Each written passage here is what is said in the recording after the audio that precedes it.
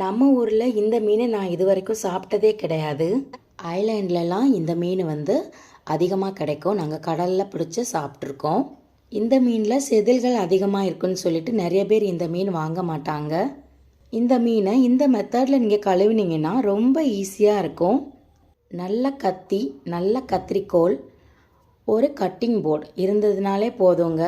எவ்வளோ பெரிய மீனாக இருந்தாலும் ரொம்ப சுலபமாக அழகாக கழுவிடலாம். ஃபஸ்ட்டு கத்திரிக்கோலை வச்சு மீனை சுற்றி உள்ள ரெக்கையெல்லாம் அழகாக கட் பண்ணி எடுத்துடணும். ஏன்னா அதில் முள் இருக்கும், குத்தும்.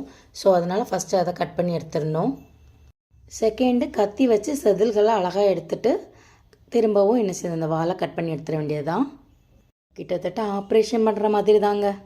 வயத்தை நேர கீரி குடல் எடுத்துட வேண்டியது தான். தென் வாஷ் பண்ணிட வேண்டியது தாங்க.